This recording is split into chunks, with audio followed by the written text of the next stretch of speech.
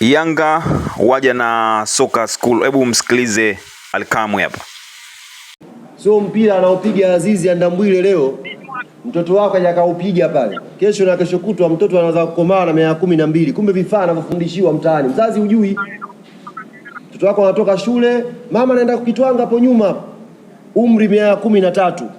Anaenda kuchezea mpira wa kuchezewa na watu wazima. Baada ya muda shida mifupa inaanza. Mifupa inakaza mara misuli nini. Kumbe mpira anajifunzia mtaani.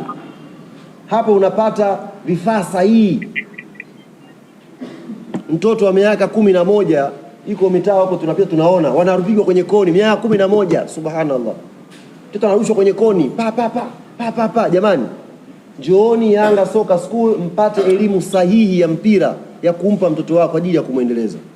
Kwa hii 150,000 ni vifaa vyote unavilipia, lakini 50,000 ni ile fomu ya kujisajili ambayo inapatikana hapa makao makuu. Yaani ukija leo baada ya kunisikia hapa, tuko live Azam TV hapa.